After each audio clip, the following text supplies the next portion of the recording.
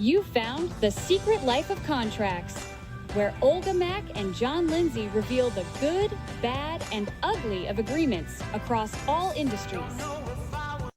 Welcome, everyone. It's Olga and John again for episode 7 of The Secret Life of Contracts. We're so glad you joined us today.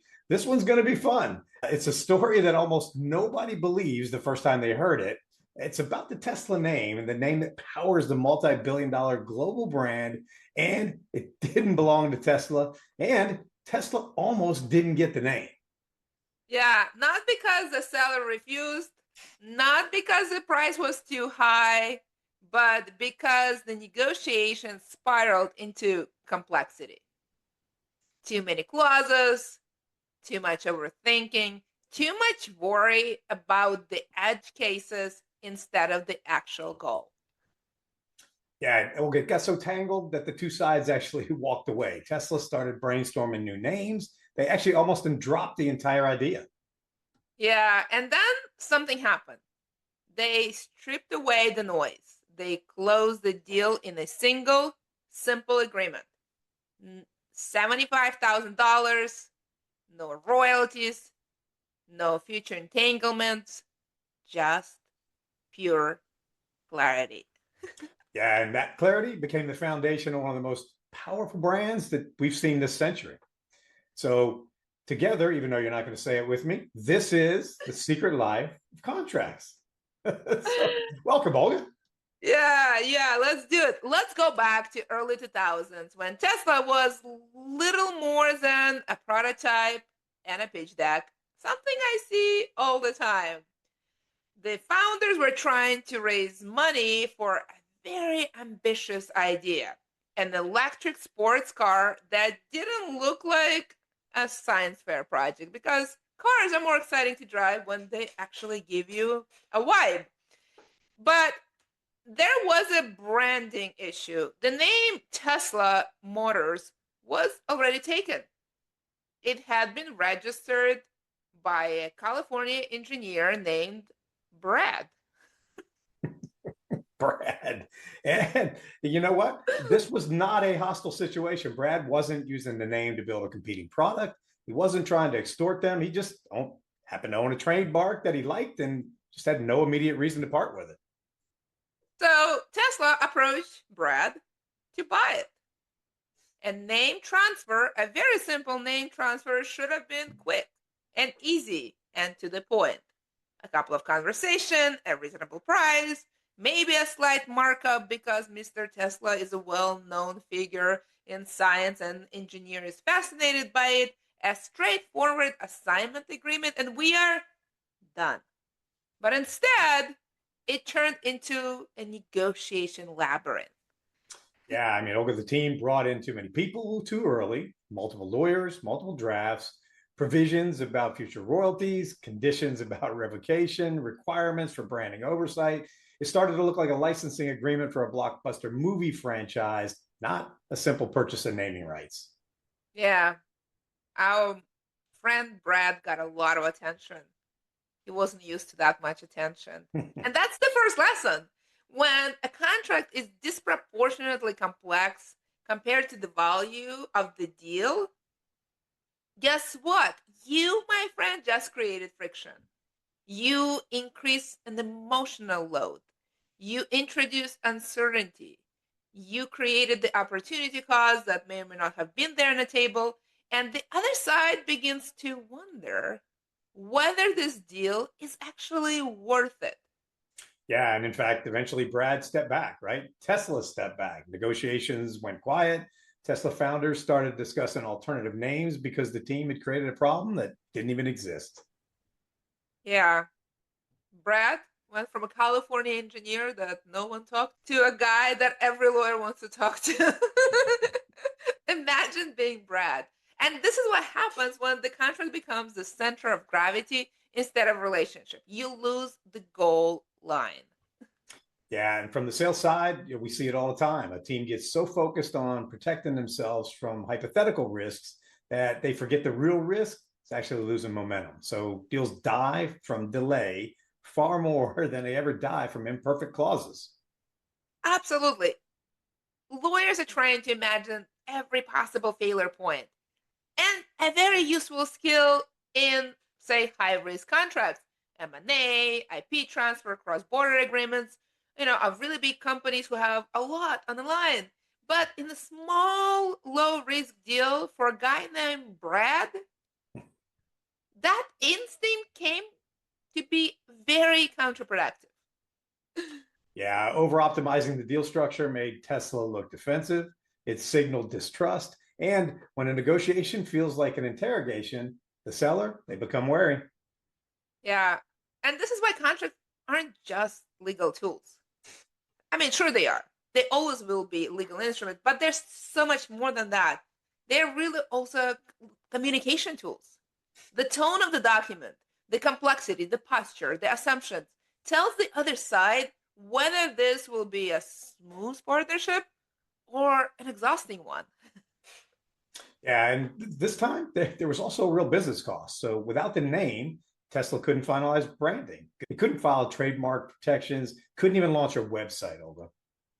Yeah, that's an operational risk you create when your contract becomes bottleneck. And by the way, raising on a deck and a website is hard. Raising on the deck alone without a website, yeah, guess what? That's really hard. So you protect yourself at expense of progress. And for a startup operating on this very thin oxygen, honestly, that's usually fatal. Yeah, the negotiation broke because the terms became heavier than the deal itself. Yeah. And after months of silence, Tesla tried again. And I really love that tactic. If something is not going well, you really just need to take a pause and try again. And this time they approached deal differently. They stopped leading with documents and started leading with conversations. Yeah, fancy that, Olga. They talk like human beings, not adversaries. They focused on trust instead of hypotheticals, and they aligned on the goal instead of the edge cases. Yeah. And the final agreement, guess what? That was short, clear, direct, a single assignment, a single payment of $70,000, $75,000. No backward looking conditions, no future obligations, no complicated oversight mechanism. I give you money, you give me trademark. Have a good life. Yep. And because it was simple, it closed and it closed fast. Simplicity doesn't mean lack of protection. It means right sizing the contract to match the actual risk. Yeah. And today, the Tesla name, Olga, billions, obviously worth billions. And it exists because someone realized that the fastest way to build the future is to eliminate the friction that actually slows it down. So let's turn this into practical, tactical guidance. And I think I have 3 points. I may develop 5 as I talk about it. I'm feeling like 6, Olga, but that's just me. I don't know. I don't know. Just saying. All right, let's start with one. One, match contract complexity to deal value. A low dollar, high urgency deal should have a tight, plain language agreement. Strategic deals should be resourced appropriately. And most teams actually reverse that, and that's a problem. 2, close the easy deals fast. If it is small and the risks are manageable, aim for clarity, not comprehensiveness. Velocity is a competitive advantage in every deal. 3, know what actually needs protecting. Not everything requires protection. Teams often spend more energy protecting imaginary, hypothetical risks that are not real, that only live in one's imagination. And John, guess what? I have 2 more tips. Are you surprised? I'm not. I felt like it was coming. Yeah, I'm kind of one of those people who doesn't like to talk, clearly. So tip number 4, don't outsource trust to paper. A contract can capture alignment, but it cannot create it. Alignment is built through conversations, not through paper. The paper comes after. And fifth tip, if the deal is stalling, simplify. We tend to actually add and expand, where in reality, we need to reduce complexity. Ask 3 questions. What are we afraid of? No, really, like, what are we afraid? What is the worst case scenario? Is that the risk material? Is our language solving it or actually complicating it? And if the contract is creating more questions than answers, guess what? You need to reduce complexity. You over-engineered. Stop expanding, start reducing. John? See? 6. I have tip number 6. Should we Land share there. it? Should I share it? You should. All right. Create a culture where good enough is good, is acceptable when the risk is low. Because perfection is really not a default standard. Clarity is. Good enough is good.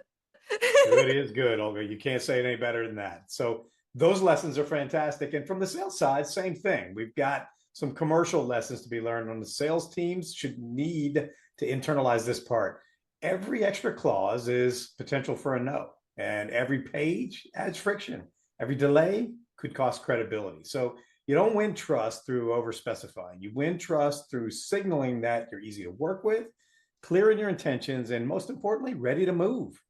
So here's a big one. If your prospect starts spending more time reading your contract than actually imagining the partnership, the relationship probably already weakening, Olga. Yeah, the concept should be a bridge, not a test. No, great point. And Tesla's name deal, it just proves the simplicity. It's not the opposite of sophistication. Simplicity is a strategic choice. Yeah, it also proves that contract's value isn't measured by length any more than wine is measured by the pound. They are measured by their ability to move relationship forward, to get us to productive outcomes sooner, to build trust so we can succeed together. Yeah, true. And if Tesla had insisted on getting every clause perfect, we'd be telling a different story today, Olga, for the second time, in fact.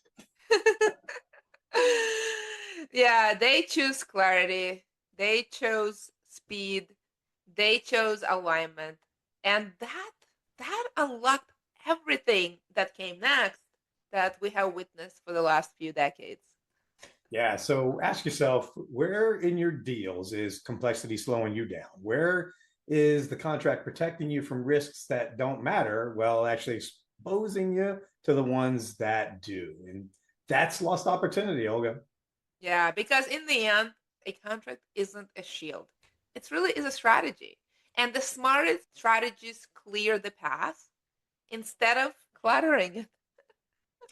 Olga, you said it. You summed it up. It was perfect. And right now is how we normally close it out with Olga and I both saying this, but we can't seem to synchronize it. So I'm going to say it myself. So thank you for joining us. It's been the secret life of contracts. What we ask of you, draft with purpose, close with confidence, and build with clarity. Right, Olga? Build with clarity. Peace out.